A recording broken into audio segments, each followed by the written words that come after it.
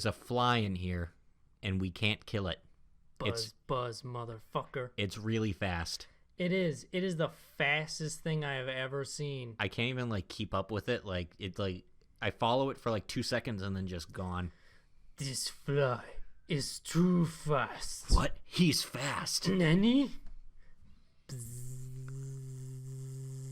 And that just shows it's summer because bugs. That's the worst part of the season. Bugs. It's 97 degrees out. There's bugs everywhere.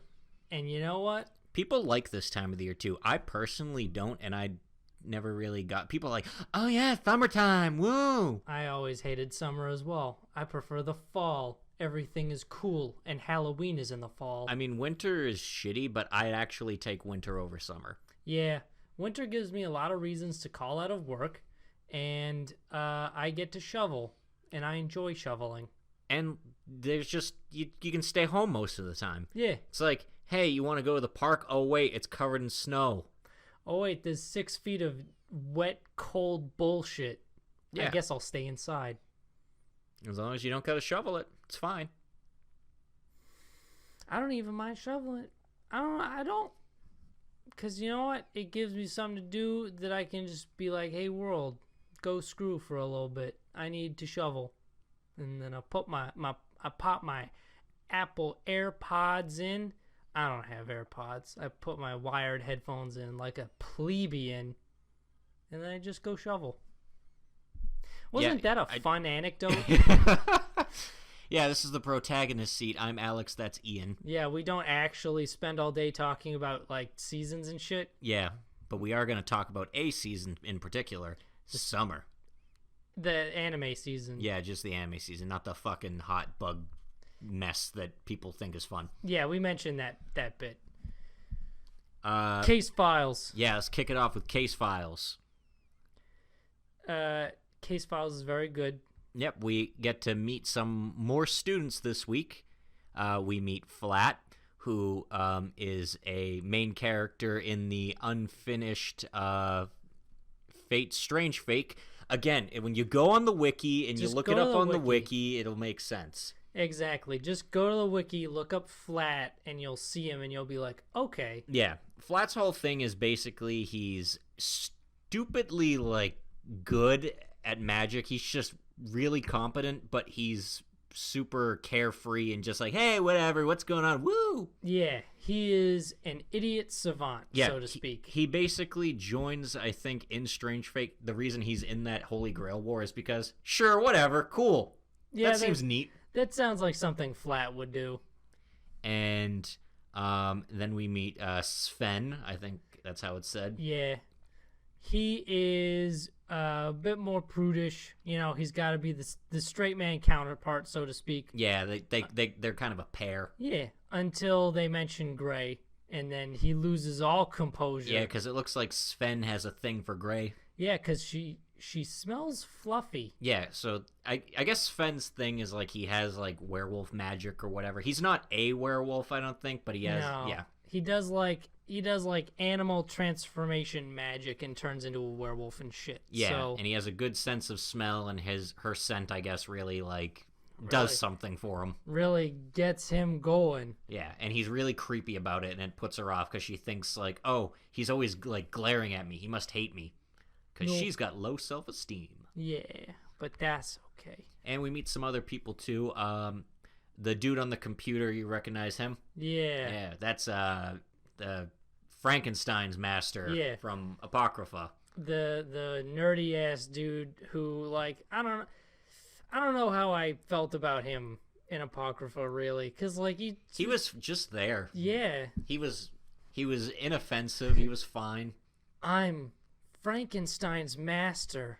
And he loses Frankenstein like the first battle she fights. Yeah, and it doesn't really. To be fair, everyone on like the black team, like everyone on the red and black, everyone in Apocrypha just jobs super hard. Everyone except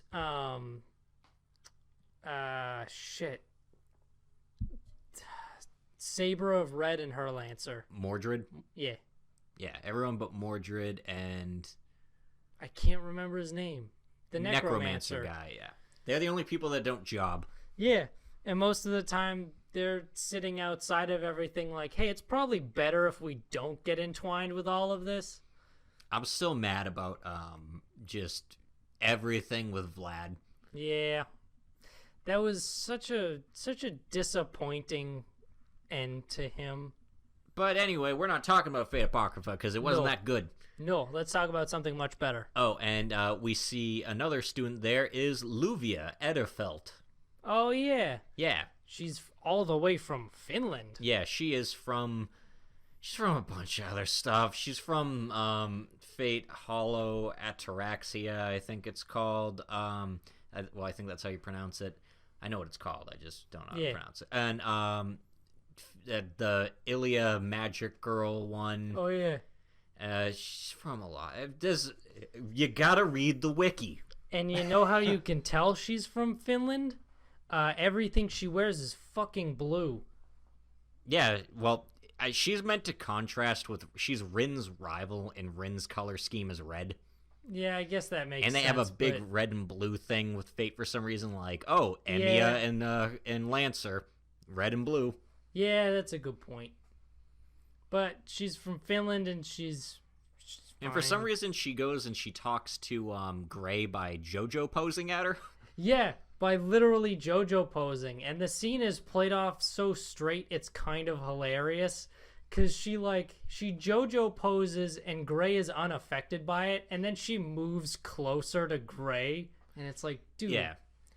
Basically, she goes to... the whole thing with this episode is it starts out, they're all in class listening to a lecture from Waver.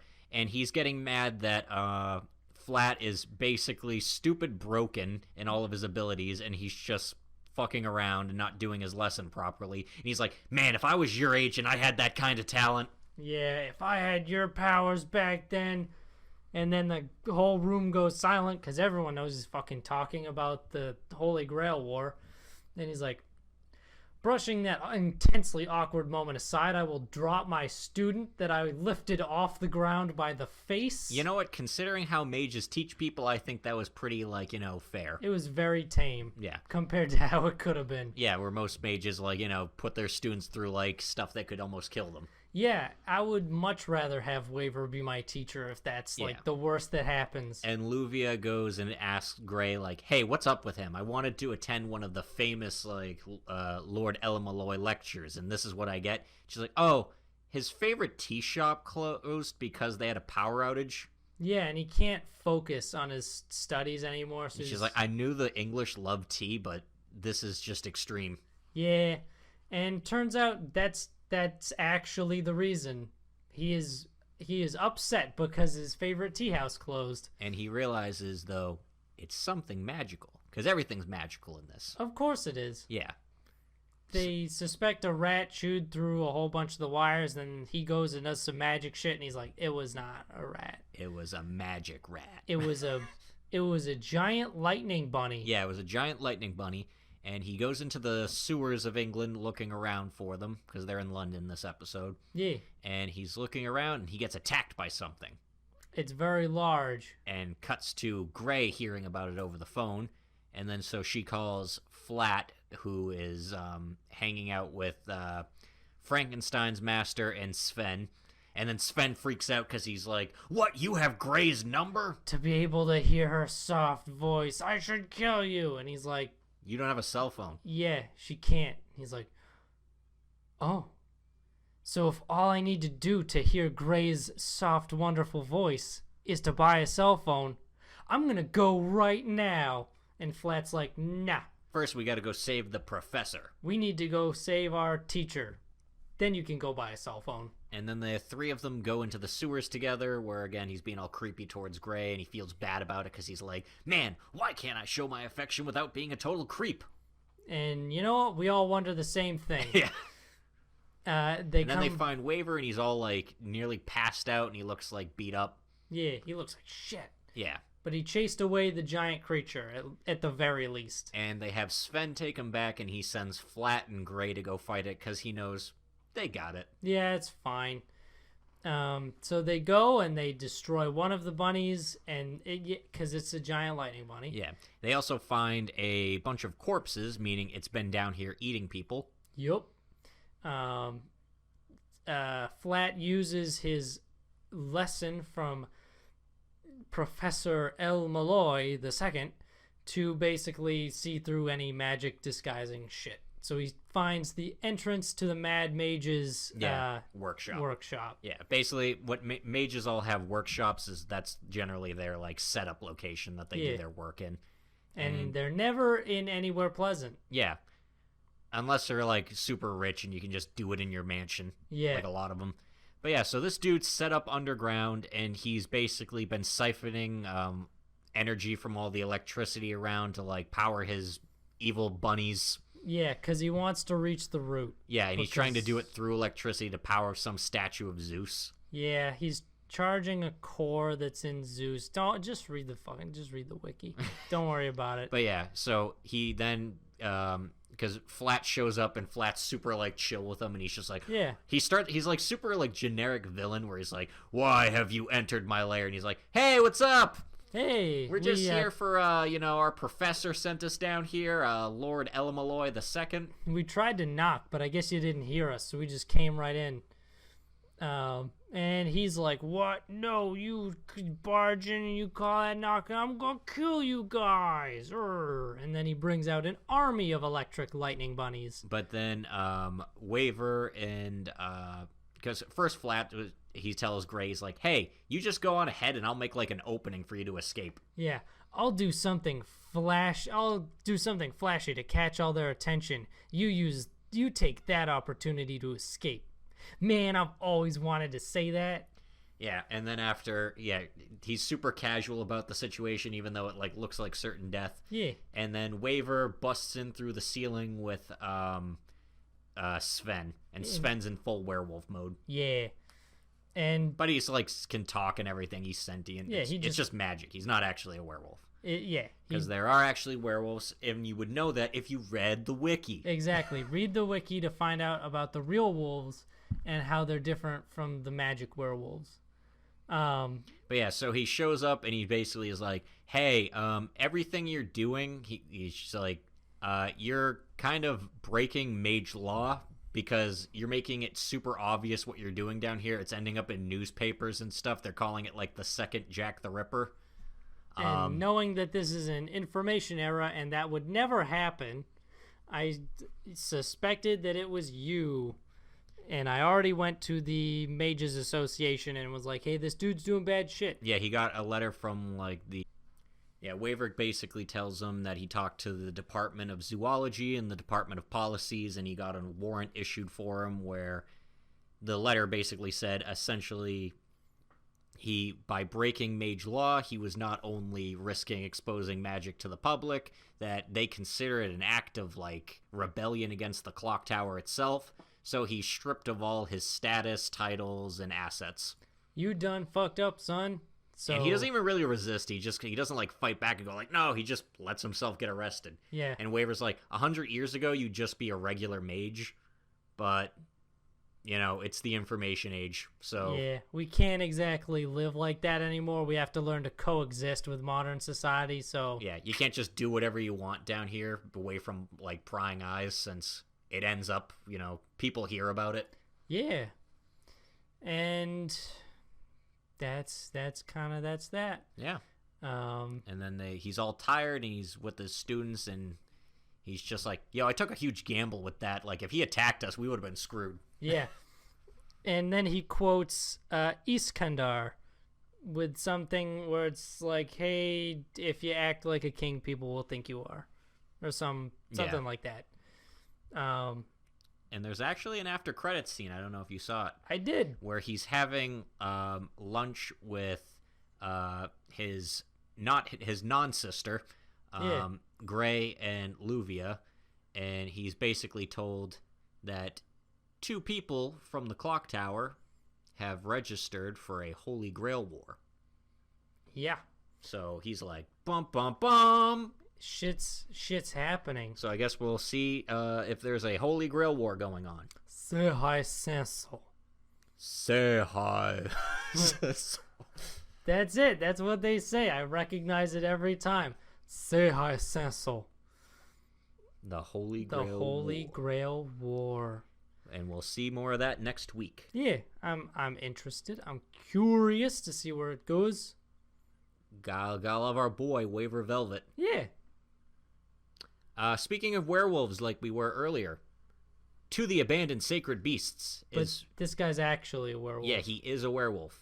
That is his thing, which we already knew, kind of. We were just like, werewolf. Yeah. So the girl who decided to follow Hank... Just doesn't fucking get it. Yeah, she follows him, and they go to a town where one of the guys, his beast was a minotaur, and he basically has been building a massive fortress. And he's been a problem because he started tearing apart people's houses and stuff just to add to his fortress. Yeah, and it's full of traps and all that bad shit.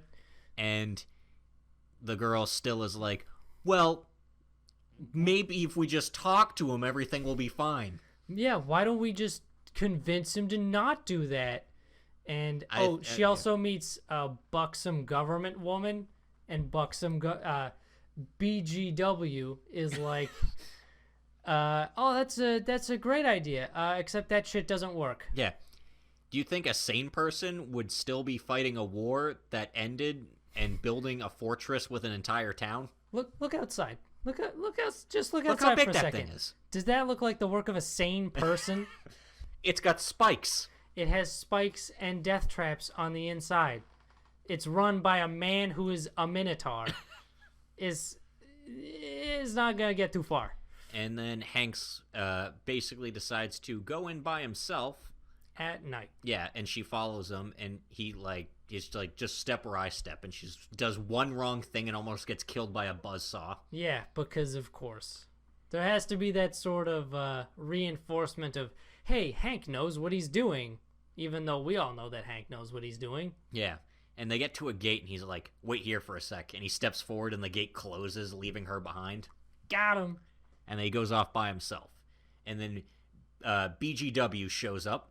And yeah, she's like, hey, I'm here to take you back. Hank asked me to. Yeah, I was following you guys the whole time. And then she somehow convinces her by being like, I gotta find out why my dad had to die. And then apparently that's good enough for her. She's like, all right, you convinced me. It kind of seemed... it seemed like there was a little bit of like, fuck it, why not? So she finds a stone to push in to raise the gate, and then they both go in. And then Hank fights the Minotaur. Yeah, because when he first gets in there, he doesn't see him as an enemy. He's like, Captain Hank. He's like, it's you. It's you. Don't you see? I did everything you told me to. I set up this awesome fortress and stuff. He's like, now the enemy won't be able to get in. And he's like, who's the enemy? And he's like, they're everywhere. The enemy's everywhere. He's like, he raises his spear. He's like, Captain, you? And he's like, I'm your enemy. Yeah. There you go. You found the enemy's here. You can finally stop trying to fight the enemy. The enemy came to you. Because we also find out through reminiscing and flashbacks and shit. Yeah, this dude was a huge coward, and Hank basically taught him to be prepared for anything. Yep, he was like, listen, just prepare for anything. That's how you deal with fear. Turns out that didn't really help. He's still afraid of everything, but now he builds giant fortresses. Yeah, and while he's fighting Hank, he has he has traps in everywhere, so he keeps pushing little stones on the floor with the bottom of his axe. Yeah, fighting a trap maker on his own home turf is generally not a good idea. And it looks like Hank's gonna lose, but then we find out, it's a full moon, and that's the only time Hank's incarnate power works. Frank, the werewolf. Yeah. His incarnate power, since he's a werewolf, only works during a full moon. Which convenient for him. Yep. At this very moment, I think that's why he chose to attack at night. Yeah, it actually makes sense why he only ever fights at night. Yeah. So Hank pulls through by being a werewolf and beats him. Yeah. And then it is I don't feel afraid anymore. And she's even trying to still she's like, aren't you comrades? Can't you guys get along and stuff? And then, oh no, they can't. This dude is crazy. This man is literally insane. And then she finally notices at the end where Hank actually kills him. He looks at peace while he's dying. Yeah, because he acknowledges that he's about to die and he's not afraid anymore. He's like, I'm about to die, huh? And he's like, yeah. And he's like, well, at least I don't have to be afraid anymore. And I actually did like the connection with this guy rather than the other ones because they at least like brought up Hank's history with him. Yeah, I hope they do more of this in the future where it's like, hey, here's these people actually interacting and like why we give a shit that Hank has to kill this person. And then she's like, at the end, she's like, I wonder what he said to my father at the end, or what my father said to him. And then I'm thinking her father just went, ooh, because he was a dragon and he couldn't talk. Exactly. We also learned that Hank uses God killer bullets to take out the incarnates. Yeah, because we've seen before regular bullets don't really cut it. Yeah, and he gets them through the government, through the BGW. But it's fine. Yeah, it's an okay show. It is very okay. It is very okay. Next up, Fire Force will not be airing this week as David Productions had decided to hold the episode for a week due to the circumstances with the arson attack at Kyoto Animation. I think this is a very good move on their part. I see their reasoning for doing so. Thoughts and prayers, likes and shares. And if I think Sentai Filmworks is doing a donation page. If you're interested in that, I would go check that out. Yeah, give a little bit, even if it's just moral support. I know Crunchyroll was doing we're collecting some goodwill messages to send to these guys. Yeah. So yeah, thoughts and prayers, likes and shares, etc. Dr. Stone. Dr. Stone. This show is cool. We learn that turns out Dr. Stone was building a crossbow. Yeah. Well, we knew that. We saw it. Yeah. Unless, you don't know what a crossbow looks like. Yeah. I forgot. Yeah, he realizes this dude is bad news. I should not let him learn about the miracle juice. Turns out this guy's fucking crazy. Yeah. And then on cue, Burly Boy runs forward and he's like, yo, we got a full jar of the miracle juice. And I actually like the shot of his face just like, because it's you moron. It's super distorted. Like, this is the worst thing that could happen right now. I did like, though, because there was a part where they're trying to play mind games with each other where he basically... He sends him to go to he sends the tough guy to the cave where the bat guano is. Yeah, because he's like, we just don't have enough to fix this girl. We gotta, dude, go get some more. And then Sociopath Man is like, I'll do it. I'm the fastest runner. And then he runs over there, and then he's trying to explain. He's just like, wait, I thought you said we didn't have enough. He's like, I was lying. Do you think I would give you a jar with the wrong measurements? Yeah. Why would I give you a jar that's not big enough to hold enough? And I was like, holy shit. And the way he basically, he's like, hey, why don't you trust him? He's a good guy. And he's like, no, trust me. There's something off about it. And I like how he doesn't argue with him. He's like, no, he's a good guy. So I was like, well, you're my friend, and if you say so, I believe you. Yeah, he's like, hey, man, I trust you, and I trust your instincts. Something must have happened to put you off on this guy. And then he notices when he comes back, he's holding, because he walks by a family of stone people, and he smiles at it. And then you see after he put little seashell necklaces on the kids, and then he murdered the parents. Yeah, and he crushes just a shit ton of statues on the way back. And as he runs back, you see him Burly Boy sees him drop a basically part of a person's head, and he's just like, oh, this guy's evil. The interaction that comes after this is one that I thought was very interesting, because we know that Burly Boy doesn't fight anyone. So when he's like, I'm gonna stop him at any cost. And they wake up the girl, but she doesn't really do anything. Yeah, she's just what's going on? I don't know what's going on. I support you guys in whatever it is you're doing, because I don't know what's happening. You're my friends, and I support my friends. So he's like, I gotta face off with the true primate high schooler. So he basically super high school level primate. Yeah. So he basically goes up and gets the shit beat out of him and doesn't fight back. Because he gets kicked by him, and he's like, You're the first person to ever be able to withstand one of my kicks. And he's like, I'm built to take punishment. And I'm going to sit here and keep taking punishment so you stop crushing people. Yeah, and I love how he's just like, I don't understand. He's like, I'm actually at a loss here. You want me to not destroy the stone statues by beating up you.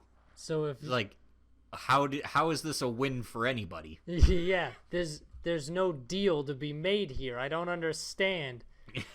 And it's a great moment that feels like, yeah, that's probably how that would shake out. Also, the crossbow isn't good enough to kill him too, because we see he gets shot at with the crossbow and he catches it. Yeah. And this dude is like a level like 20 D&D monk. Yeah. And he shoots our Doc shoots the crossbow at him. Well, he shoots the crossbow in between them to stop the fight, because I'm pretty sure he doesn't want to shoot him directly at this point, because crossbow's not going to take him out in one hit. So yeah, it would be all ogre. They agree basically to not fight and go their separate ways, but they view this as like, hey, this is the time where we gotta basically get a weapon of science to stop him. We need to advance civilization over 100,000 years, and we're gonna develop a weapon of science. And they basically make a fake scene to make it look like they fled, so he would come back and find it and think that, but he's smarter than he looks, and he's just like, shit, they're gonna go make guns and shoot me. Yeah.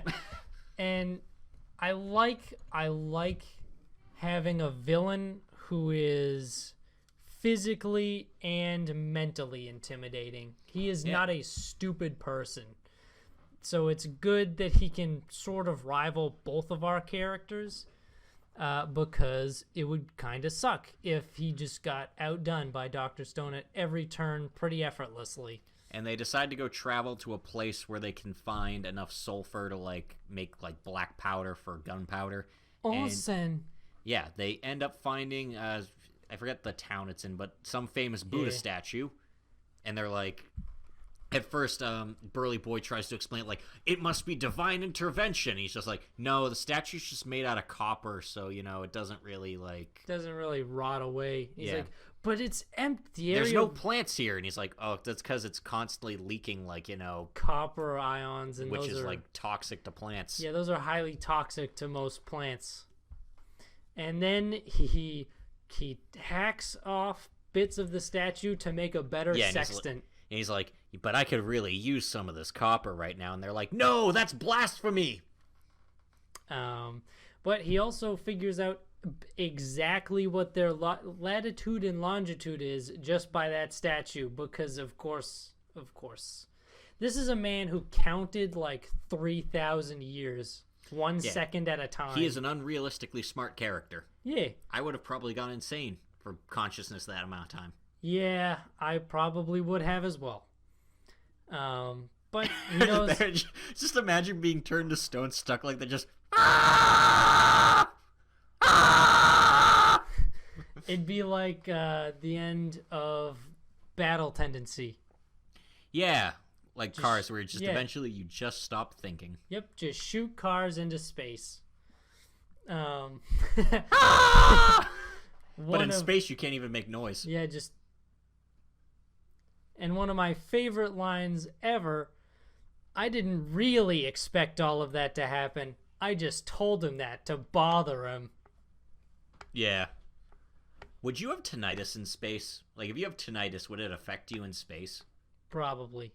So imagine having tinnitus, being stuck in space as a stone statue, and you're just floating forever in a void with your tinnitus. I'd rather not. Just... Yeah, that's... I know it's like in a world with sound. I don't want to have it in a world without it. True hell. Yeah. But they get there, and then they're like, hey, we're going to make guns. Yeah, and we're going to... I assume they won't, because I think he's the main villain of this series, and I don't think they'd kill him right away. Yeah, probably not. Yeah. Speaking of hell, Machikaido Mozuku, or the demon girl next door. This is good shit. This show is great. This is high quality entertainment. This show is very good. This is my new shit. This is my new, like, is it that day yet? Yeah. It better be that day. Is it Machikado Magica Day? Mozuka? Fuck it, whatever. Yeah. Is it the Is it demon girl? Machikado Day? Yeah. I need Shami. Shamiko. Yeah, I need Shamiko. Shamiko and Momo. What a pair, I gotta tell you. So it opens with her.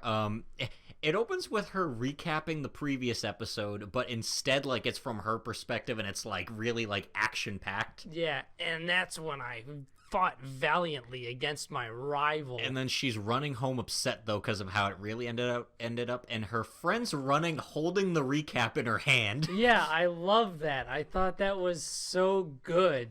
Because she literally runs forward with the recap panel in her hand. Yeah, because she ends up, like, saying to Momo, she's like, I want to fight you again. And she's just like, okay. And she's like, wait a second, I need to train more. And they're like, yeah, if you don't train, you're just going to have the same thing happen. And she's like, I will fight you again this weekend. Yeah. So she does. She spends the she week goes to training. the gym first. It's like, she's like, I'm glad the teachers let me use the gym at school, so now I can actually try to get stronger. And she goes there, and Momo's lifting like a huge dumbbell like by herself, and she's like, oh, hey, what's up? Yeah. And meanwhile, she has 1 pound weights in her hand. Yeah. And she's like, you know what? Never mind. The outside is way better. Think of this huge world I have to exercise in. And then her friend is like, yeah, and you're probably better off just using water bottles instead of 1 pound weights anyway. So she trains with water bottles for a week. And then she goes to the meeting place, and she sees Momo there, and she's super, like, tan from, like, the sun. And she's like, whoa, were you always that tan? She's like, well, you said this weekend, but you didn't specify a day, so I was waiting here yesterday, too. So she just waited there for, like, 2 days straight. And she's like, all right, well, we're going to fight now. And she's like, wait, we should stretch first. We need to stretch. And we need to make sure we do a warm-up run. Let's it turns go. out Momo's really big into, like, fitness and stuff, too. Yeah. We also learned earlier in the episode, she's like, maybe I should just go find, like, an easier magic girl to, like, murderize. And she's like, I'm actually pretty weak compared to the other ones. I only saved the world because I had good friends by my side. And she's like, shit, I can't even beat the weakest magic girl. Oh.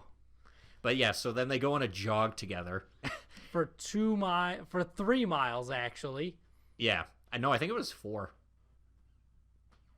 I think it was 4 kilometers.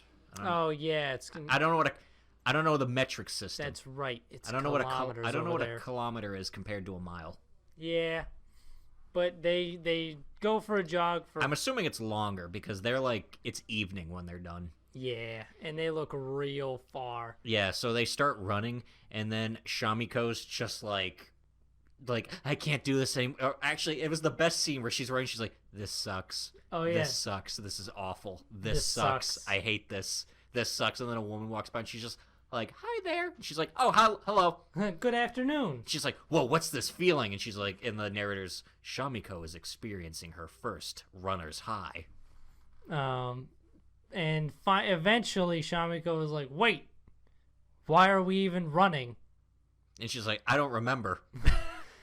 And Momo tries to kind of deflect it, like, yo, yeah, I don't remember either. Hey, we should probably head back. And then she looks back and like she's like, you did really good though. That was a 4-kilometer run. And then she realized that she would have to do 4 kilometers back, and she's like, can I borrow money to take the train? So she borrows 500 yen from Momo to take the train back home. Yeah, which is like approximately $5. Yeah. And then she falls asleep on the train and wakes up at the end of the line in the middle of nowhere. In the middle of the night as well. So she's lost and she don't got nothing. Shamiko is great. Shamiko is amazing. She is the greatest villain of all time. And then she her mom's like, listen, I really need to help you out with this because you're not doing so good. She mentions something too about like her being like she says like a mean insult to her, but like quickly brushes over it. Oh yeah, I know how frail you are, so I figured I would up your allowance. No, she's like, I know how frail and useless you are, but I figured I'd up your allowance. And she's like, did you just try to like cover that part up?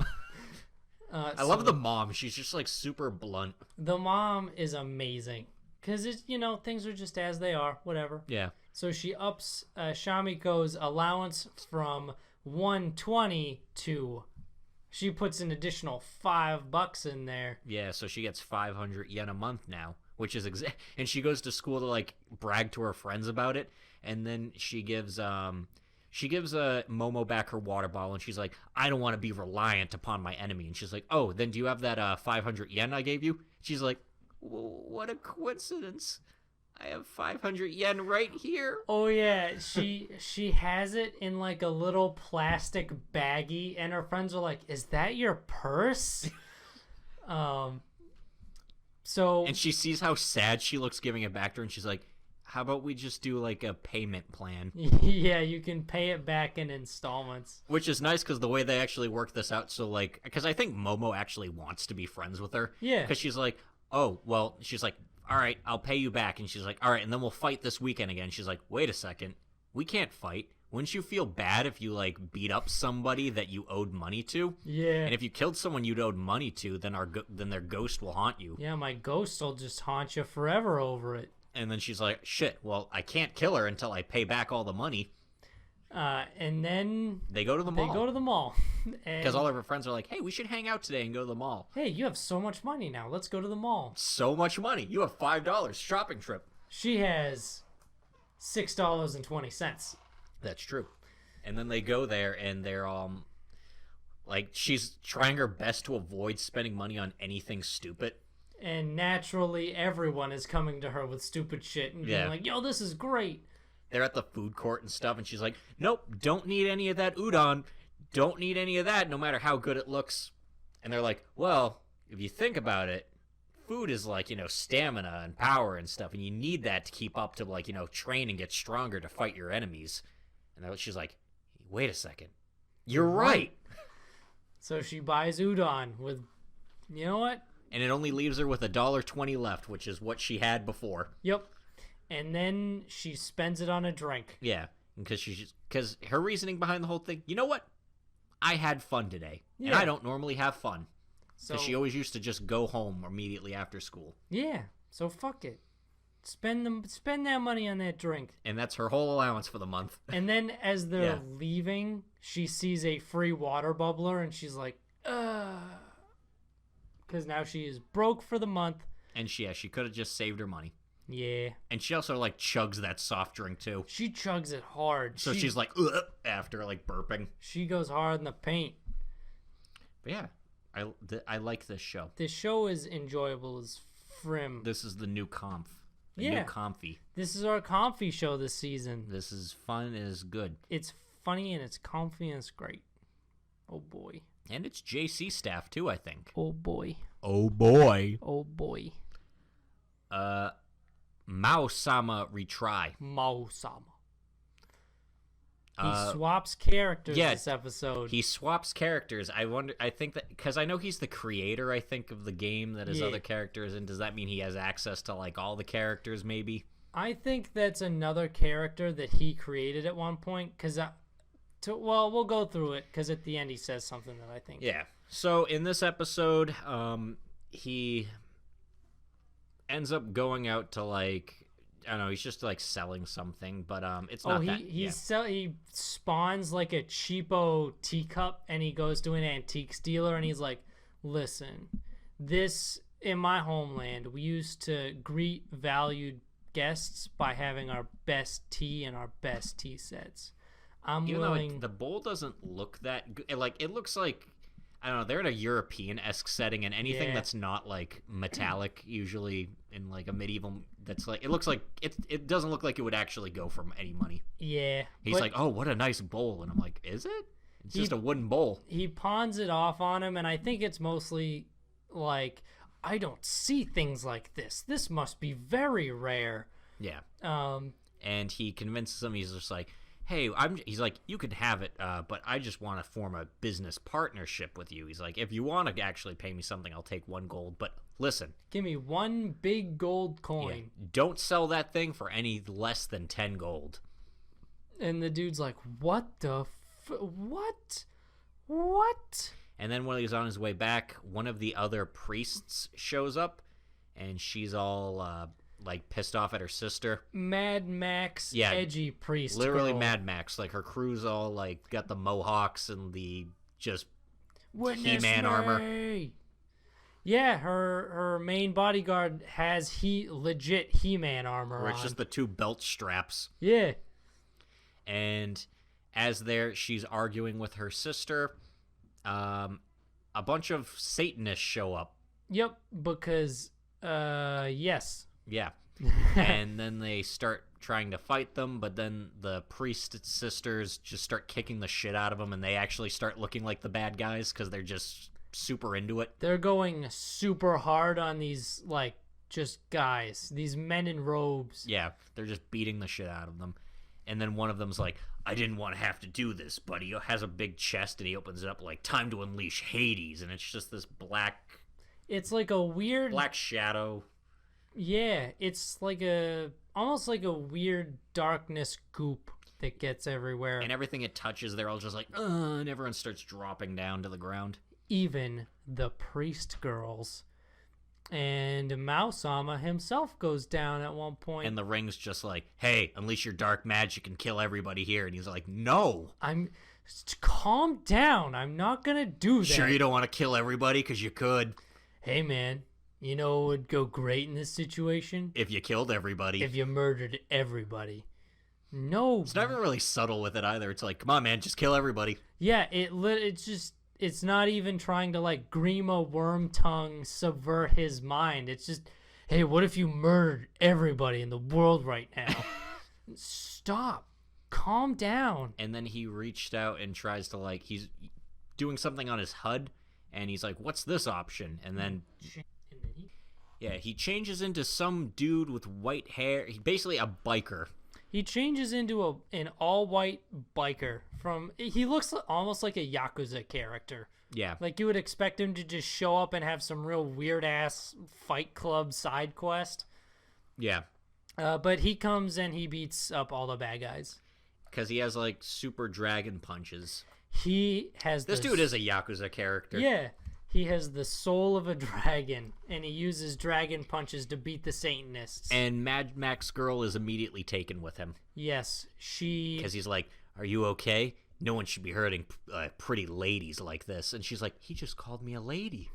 No one does that. He's treating me like the defenseless maiden. No one does that. And then Sploosh. And then he goes and he beats the crap out of pretty much all the Satanists. And then he leaves and switches back to Mao after, and Mao's just like, why did I make such a cringy character? Yeah, why did I have to make that fucking cringy hero type, reckless hero ne'er-do-well? But it's fine. Yeah, it's fine. And that's what happens this week on the show with the mob boss. Mao-sama, retry. And his faithful friend, Aku. Yeah. Because all I can think of is the Samurai Jack villain. Oh, yeah. Aku tore open a portal in time, sending Jack to a future that was Aku. Samurai Jack is real good. It is. I'm going to be honest, though. I was never into it when I was younger. I was hard into that show. I'm like, no one says anything in this. I know. I liked it. I thought it was cool. And I'm like, why is the professor from the Powerpuff Girls doing this? Yeah. Who knows? Who knows? From commonplace to world's strongest.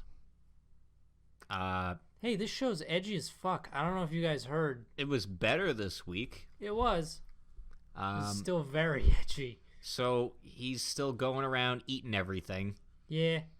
He being the edgiest guy around.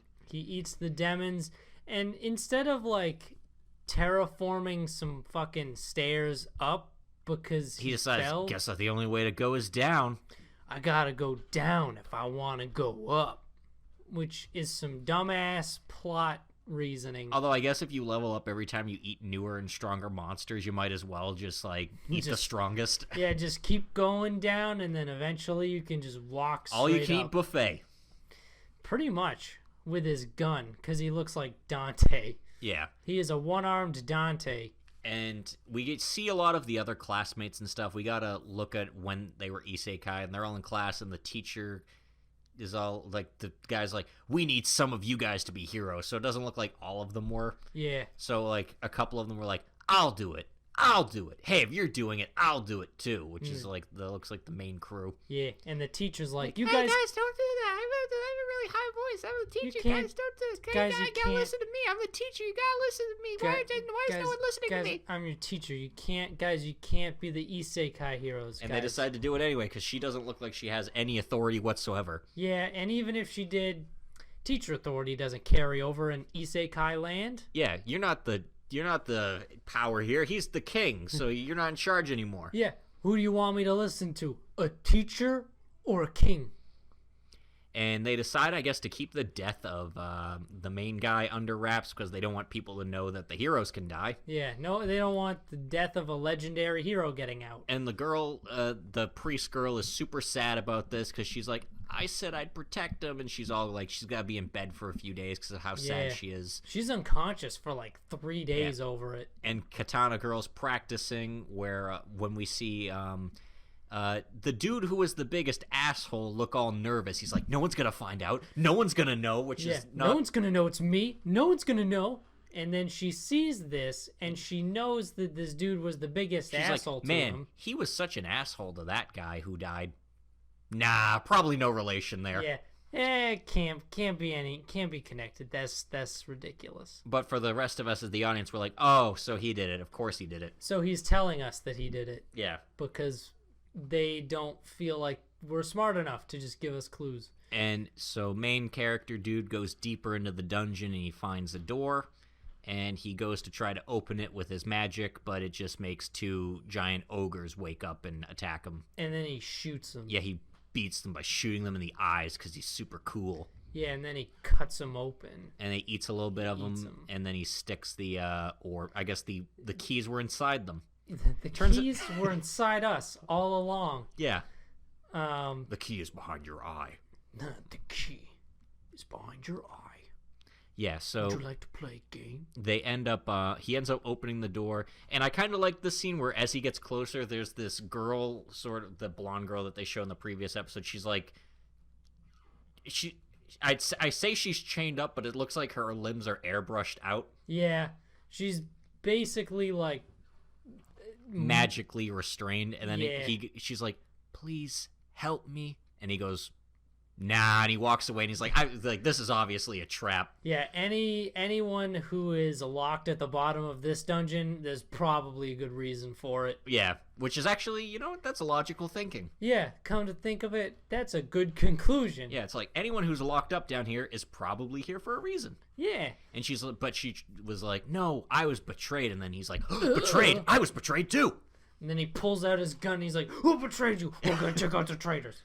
But yeah, no, that convinces him to let her go because she basically explains she is a vampire who was betrayed by other vampires. Yeah, vampire politics. Yeah. Yay. So he's like, fuck it, sure. Basically, what could this edgy character need to make him more edgy? How about a vampire sidekick? Yeah, he needs a vampire sidekick. So he gets his vampire sidekick. And I think that's it, because they don't leave yet. They get attacked at the end, like something like hits him, like he gets... Oh, that's right. And I wouldn't be surprised if he gets killed by that, and she's like, oh, the only way I can keep him alive is to turn him into a vampire. You know what? I thought a very similar thing when I saw that. Because, like, it's gotta go all 9 yards. It's gotta follow the formula. It's gotta go there.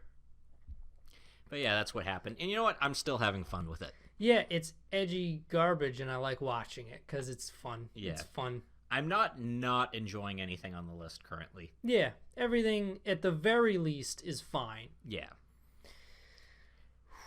One of the things that are probably like the least fine is Dale. Dale is the character I have the most problems with this season. And if it's for my daughter, I'd even defeat a demon lord. Yeah, every character's fine but Dale. Yeah, Dale is 2x. Like, I was hoping it would kind of wear out after a time. He's worse. It has gotten so much worse.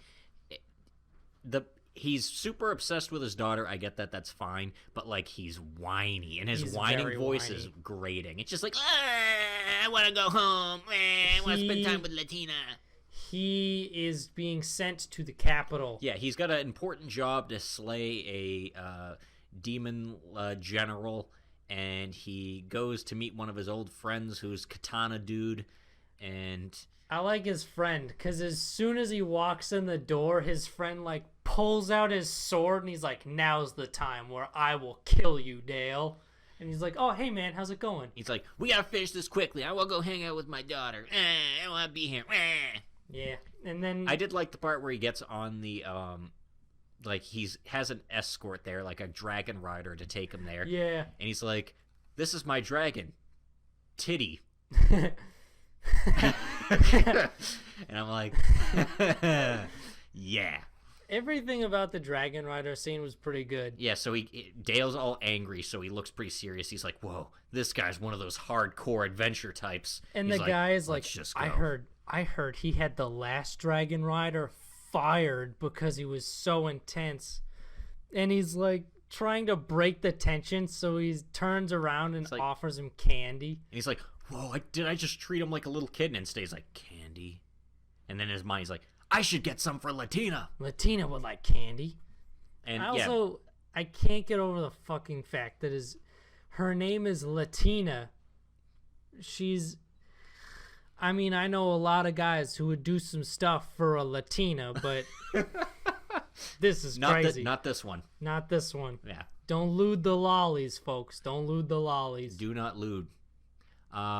Yeah, Dale, he's fine when they actually, like, have him, like, planning and stuff, and he's doing serious, like... Dale is fine when he is serious. When he's an actual adventurer, he's like, all right, we have to, like, come up with a plan to take the base, and he's just like, but I really want to go back home, And meanwhile... also, Dale, when he's talking to his friend, we learn what Dale does, and Dale does a lot of assassinating. Yeah, Dale is a high-ranking, like... adventurer that basically gets called upon to kill high-profile targets. Yeah, and his friend is like, hey, do you think she would have a problem with the fact that you go around killing demons all the time? And he's like, I kill humans if the price is right. Yeah, I would even kill humans if the price is right. And his friend's like, all right, I guess it's fine then. Fair. That's fair. I gotta go buy a present. I'm Dale. And then back at the ranch... meanwhile, back at the ranch, Latina is doing cutesy shit. She's making shepherd's pie, and everyone loves it. And like Kenneth's helping her cook. Oh, I remembered that dude's name who has the old balding adventurer. His name is fucking Gilvester. One word, Gilvester. Instead of Sylvester, Gilvester. It makes me so happy. We do see an interesting thing where Kenneth's wife mentions, like, she's like, oh, Rita. It's like, she's your little apprentice. Like, you have both of them as your apprentices. And we see that Kenneth used to be an adventurer with a big battle axe, and I guess he was Dale's mentor in adventuring. Yep. So that makes sense why he's there. Yeah. Although I thought he was just bumming with some just tavern bumming around keeper. in a tavern. Yeah. But nope, Kenneth is Dale's mentor. Yeah. And that was nice. And then Dale gets back, and then and she's then, like, yeah, and then Dale gets back. And it's like, Dale, just stop. Latina talks about school with Rita and other friends. Oh, yeah, her friend comes over, and she's like, I'll probably go to school. And I'm like, cool, just have your scenes where Dale isn't. Actually, don't, because if you're not there, Dale freaks out. Yeah. Part of me is like, man, what if Dale gets like... What if the show goes in a really dark direction where Dale just gets super obsessive and he just starts murdering like tons of people? That would be neat. But then they should call it, if it's for my daughter, I'd even become the Demon Lord. Yeah. Maybe that's the thing. Maybe he starts like, you know what? I'm going to start hacking up all the demons. I'm going to hack up all of them. I'm going to do it. I'm old crazy Dale. Oh, I'm Dale and I'm crazy. But that would be an interesting direction. I don't think it's going to go that direction. Yeah, I would say this is the weakest show on the list for me. Everything's fine. If not, Dale is very annoying. Yeah. He is very extra. This is probably gonna be the first one on the chopping block. Because I don't see that changing. I don't see at some point Dayla's like, well, No. she is a big girl and can live her own life, and I have to go and do my job. And I think that we can both respect that about each other. Yeah, that's probably not gonna happen. No. But hey, are you lost? Yes, I'm lost following the plot of this one. Just kidding. It was fairly straightforward, like they all are. Yeah, it's short form bits. It's fairly straightforward. Back on the island. Meanwhile, back on the island. Yeah, back on the island. That's our new transition. Just meanwhile, back, because this is all in the same continuity, just in different places. Yeah, everything, all these shows are happening at the same time. Yeah. But so the girls are still stuck on the island, which surprise. Good. It would be a short show otherwise. Episode 3. That's it. They got rescued. In this one, I honestly don't remember. In this one, they are. Oh yeah, the tomboy girl is kind of like she's complaining this whole time. Oh yeah, I think. No, that's the last one that I'm thinking that's of. the last one. Because with the sock. Yeah. That was the sock one. This one last week was the one where it's like, hey, if I could pee, would you drink it? I think so. Okay, that was last week too. What the fuck happened this week? What even happened? Oh my god. I remember enjoying this episode. Why can't I remember it? Oh, they go out and the first thing they do is because the show teaches us things. Yeah. Also, it's taught to us in Iskander's voice, who also teaches us things in Eurocamp about camping. So he is basically the nature specialist now as far as anime goes. I'm good with that. So they go out and it's Tomboy Girl and Survival Savant, and she's like, she pulls a weird thing out of the ground and she's like, it's a potato. Oh, I remember that. And she's like, I don't think that's a potato. And she's like, what are you talking about? It's a potato. No, it's not a potato, though. It doesn't even look like a potato. And she's Why would you say such mean things about the potato? And she's like, I really don't think we should be eating this. And she's like, this girl eats bugs, yet she won't eat a potato? So they come to a conclusion. They will do the patch test. Yep, a patch test. Because apparently it's obviously, I'm assuming this is like last resort, like not like the best way to tell what you should be eating or not. But probably not. If you take something that you don't know if it's edible or not, hold it to your skin for 15 minutes. And if it makes your skin all weird and tingly, don't eat it. Yeah, so she's like, all right, we'll do the patch test. She's like, where do you want it? She's like, I don't know. And she jokes around. She's like, my butt. And she's like, okay. And she just, boom, slams it against it. Yeah. And at first it looks like she shoves the potato up her ass. Yeah. Unfortunately, this is not that kind of anime. Yeah. There's still a lot of fan service. It's against her upper thigh on her back, her back thigh. And she's like, yeah, she's like, it's already red. I don't think this is good to eat. Yeah. How does it feel? My butt is already numb. We should not eat this. Yeah. Oh, and then the other two, they go back and Savant Girl and Glasses Girl go to look for, shellfish to eat. Oh, yeah, because it's on the rocks. Because they're collecting a bunch of, mollusks and stuff. Yeah, and Glasses Girl pulls off a whole bunch of hermit crabs, and she was about to throw them back, like, oh, hermit crabs, because I guess it's a specifically, I think, I don't know, it's like a Japanese thing where I guess hermit crabs are considered cute. Yeah, because there's a lot of series where they have them as pets or they're cute things. Well, in kindergarten, my kindergarten class had a hermit crab as a pet. Well, your kindergarten class is different and weird because mine didn't. I did have a very strange kindergarten class. I will admit that. But yeah, I guess it's they're cute. Hermit crabs are cute. I guess so. Yeah. I mean, when you're coming from a landlocked island, you don't have a whole lot of options, probably. Yeah, I don't know. Although they have red pandas. Also, realistically, no, I thought red pandas were a Chinese thing. No, man, I don't think so. Well, they pull out the hermit crabs, and to me, I don't know, just because they are crabs, I would think, oh, that would be the better source of food than the mollusks. Yeah, me too. But they're like, oh, I'll throw it back, and she throws it, and like it lands on a savant girl's head. And she looks all sad, and she's like, oh, but the hermit crabs are my favorite. And she's like, wait, you eat them? She's like, yeah, you just kind of like pull them out, and then like you just bite off the soft part that they're always trying to protect. Yeah, it's real gross. But you know what? This is a survival situation. And they go back to camp with what they got. They make a fire, and they start put like a rock slab over it, and it heats up, and they just start cooking the mollusks. And they're like, hey, it's almost like we're actually eating a meal fit for humans. Yeah. And they all keep chowing down. They're like, wait, we didn't leave any for her. And she's like, no, it's good. I got the hermit crabs for dessert. And it's just a big jar of hermit crabs. Yeah, she's a huge jar of them. And they're all grossed out by it, where I would be like, I would prefer the hermit crabs. I can't imagine, though, they're probably that tasty. Yeah, I can't imagine a whole lot of things in this scenario being all that tasty. Although I feel like after a while of just not eating anything, everything's probably like... Yeah. Fine.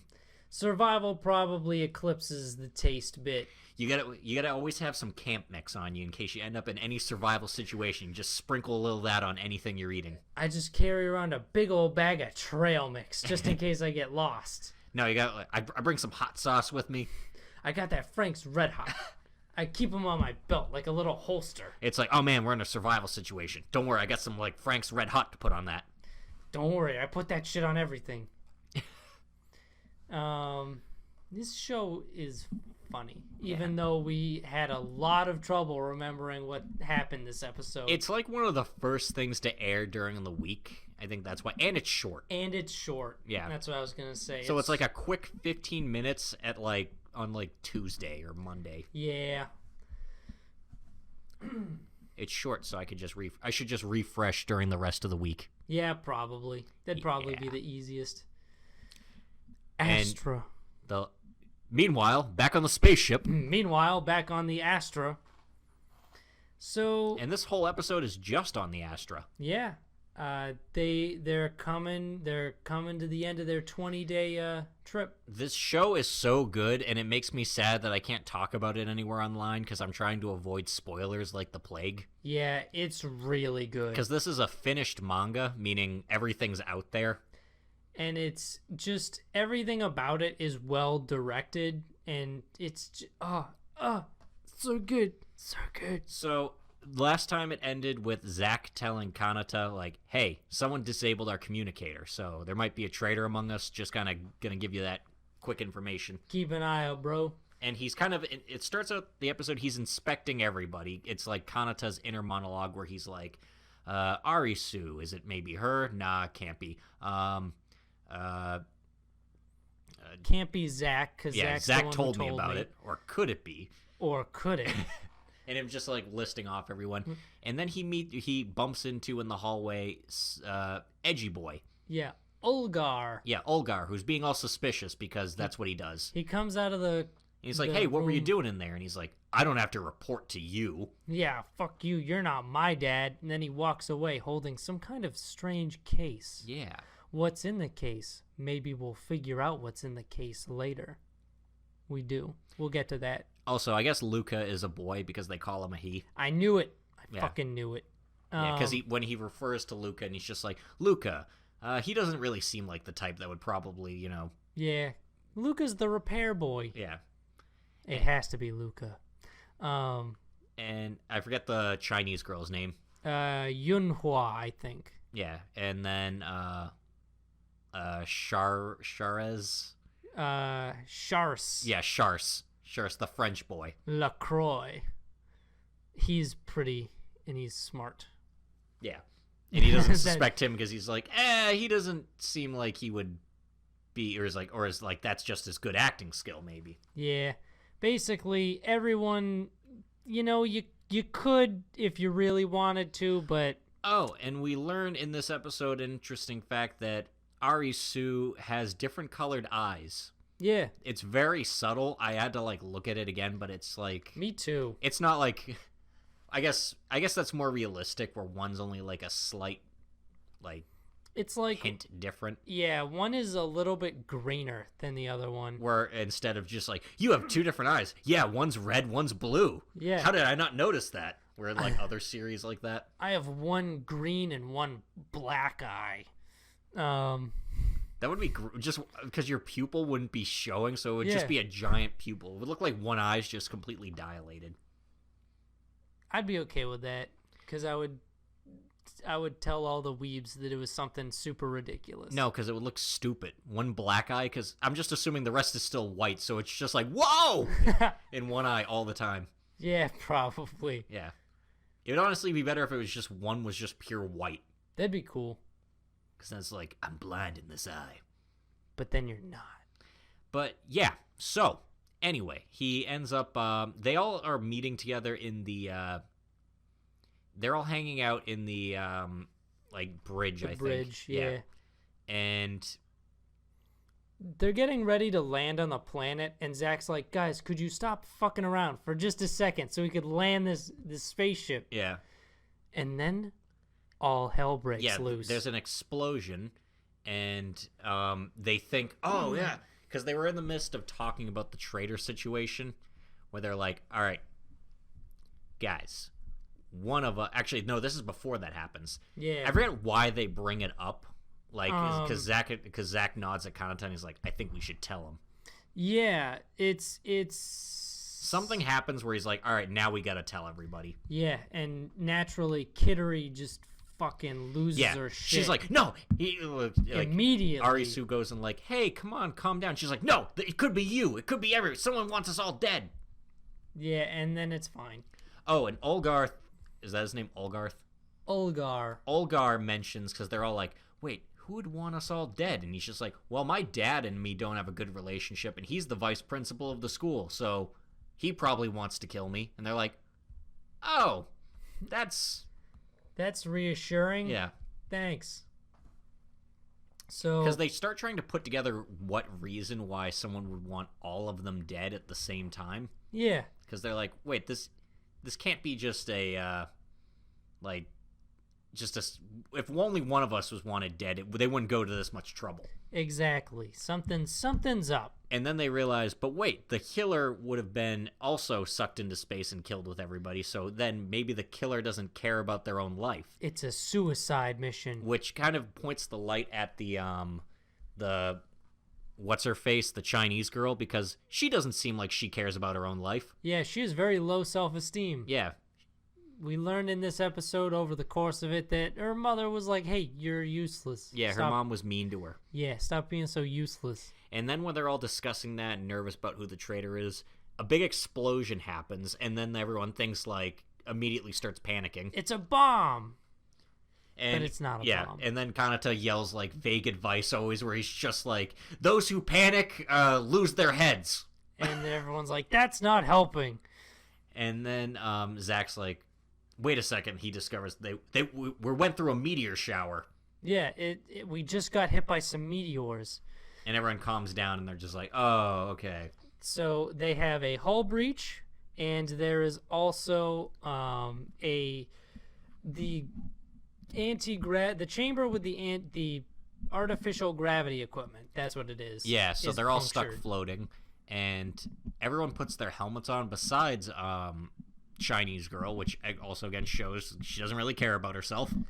Yeah, or she's not good in crises situations in general. To me, it almost looked like it was like everyone was like switching into self-preservation mode, and hers just isn't very strong. Yeah, and she almost drowns. Yeah, because she gets like she inhales like a big water collection. Yeah, because I don't want to call it like I don't know, a big thing of water is floating, and it just hits her right in the face. Yeah, but they stick a rag in her mouth, which absorbs all the water. Yeah, because Kittery is kind of smart, even if she loses her composure instantly every time. Also, she's basically the ship's doctor because she knows just a little bit about medical stuff. Because her mom is a doctor. Yeah. Even though her mom never spent any time with her. And Zach realizes the situation is only getting worse because they're getting sucked into the nearby planet's orbit. Yep. But they can't do anything until they fix the ship, so they're going to just basically smash into the planet and all die. Yeah, triage repairs or else everyone dies. All right, go. And they all end up basically breaking off into groups to kind of run a extension cord to the generator so they can get it back online. Because Ares found a backup generator in another storage room. And Olgar found the extension cables when he was in the supply closet. Doing something. Yeah, what we don't know yet. We don't know. And so everyone puts aside the someone's trying to kill them thing for now to basically work together and fix everything. It has almost like a 24 way of being shot where it's like dun dun dun dun, where it's like all the squares in the corners of everybody doing everything. Yeah, there's a lot of like picture in picture or like stuff that reminds me of like a frame in a manga. Yeah. But they get Luca his he's got a glue gun basically. Yeah. He shoots a glue gun into the hole and fixes the hull breach on the bridge. Yeah, and then they go to try to fix the anti-gravity machine, and they're trying to put it back on, and they're like, wait a second, and they see one of the birds from the planet has got in, and Zach's like, shit, well, I can't do anything until the gravity's back online, and the anti-gravity has a fail-safe system where if anything's floating around, it won't turn back on, because it views it as like, oh, someone's floating around. If I turn on the gravity, they'll fall and hurt themselves. Yeah, so what do we do? Bam, bam, bam. And they're like, we gotta stop it from moving. And it's like, how? It's too fast. And then Olgar comes to the rescue. And he's like, give me the glue gun. Give me the glue gun. And so they hold him to stabilize him so he can shoot it. And he's like, never thought I'd use this skill on a bird, which is a weird thing to say. I think he actually says, he says he's a self-taught shooter. Yeah. And he didn't intend to use it on someone else or something else or something like that. No, he says, like, I didn't intend to use it on something like this, I think, maybe. Yeah. Something that has me vaguely like, maybe Olgar was going to shoot himself. Or maybe he was going to shoot his dad. Yeah, I think Olgar seems like a school shooter. Yeah, he does. He really does give off that vibe. He does. Yeah, so Luca and Kanata hold him to stabilize him, and in one shot he gets the bird, it stops, and they end up being able to turn on the gravity, and Zach is able to maintain control of the ship right before they hit the ground. Zach is also the one who forgot to put up the deflector shields, which may or may not be relevant. Yeah. And again, there's a lot of people that could actually fit the bill for this, which is why I don't want to be spoiled for this. Exactly. It could be so many people. It's great. Yeah. So, and then everyone's kind of fine. They're all like, yeah, and they're like, cool. And then everyone decides, hey, even though someone's trying to kill us, maybe, we still got to work together to get through this and all that. Yeah. And Olgar's like, whatever, I don't need friends. And he walks off by himself, and we see him open the briefcase that he had, and there's a gun in it. Yeah, there's a fucking gun. Also, they mentioned something about guns were like, they got rid of guns like 100 years ago or something. Yeah, it'd be super hard to find like a mechanical gun or something like that, like a ballistic gun. And he has a gun. Yeah, he has a gun. But I think that's too obvious that he would be the perpetrator by like being like, here he is with the gun. Yeah. That would be too expected that it's him. My guess is might be the Chinese girl. That's what I'm thinking. It's either I'm feeling Chinese girl, or it's either they're gonna hit us with something like super unexpected. Like, hey, it's Zach. Zach was playing fucking 4D mental chess, and he revealed the communicator to the people I'm absolutely sure it's not are the sisters. Yeah, definitely not. Yeah, because after the last episode, I'm like, why would she continuously try to like murder her like sister? Yeah, it don't make sense. It just doesn't track. Yeah, it doesn't. Maybe it's Kanata. Shit. Yeah, no, he and the sisters are the only ones I'm like absolutely sure it's not them. And I don't think it's the French guy just because I don't see him. I don't know, his character type is never usually that important. Yeah. He's usually just one of the people that's there. He definitely does not feel like the traitor material. Yeah. And I don't think it's Luca either. No. Luca's always kind of with Kanata or someone else. Luca feels like the right-hand man. Yeah. Like, you go to Luca when you need something fixed. Luca never seems like Luca. You never see Luca alone. The people you see alone the most are Olgar, Chinese girl, and Zach. Yeah. And, could be either one of them. Actually, surprise! I really don't think it's Arisu. I don't think so either. Yeah, she seems too I don't know. She's a good person. She's spacey and dumb and good at heart. So I don't think so. Actually, I don't think it's anyone from. The reason I don't think it's her is because they were running away from the orb again on the planet, and she guided everybody to safety. That's true. Which would be like, if that was your goal, why would you do that? Exactly. I don't know. It could be. There's options. This is a good show. It's a genuinely good show. It's got a good mystery. I hope they adapt the entire thing. I think they would if it's like a finished manga, and I think it's only like 50 something chapters.